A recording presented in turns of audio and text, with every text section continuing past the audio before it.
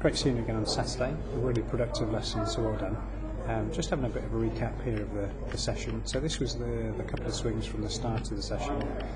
So you can see quite a lot of rotating the club face open in the backswing. Grip's looking pretty good actually, as long as you make sure you keep it in that nice strong position. Of course we were seeing quite a few shots to the left early on, which is great.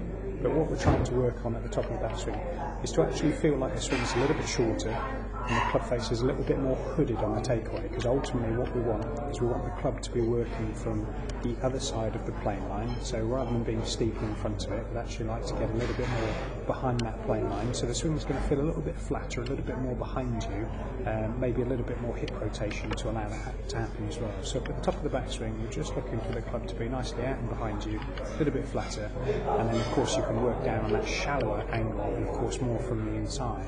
But crucially, of course, what has been happening, where the club face has been so open, we've been seeing this tremendous flicking of the club head past the hands to try and square the club face. Of course now we're trying to get rid of that because the club face is in actually a much better position.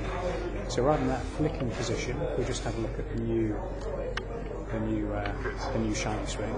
Just have a look. So this is on the drill I was getting you to do with the closed club face on the wedge, obviously aiming at a nice specific target. So the swing's a little bit flatter, a little bit more hip rotation, and they're asking you to really hold on to that angle as much as you can. So there's far less flick involved here.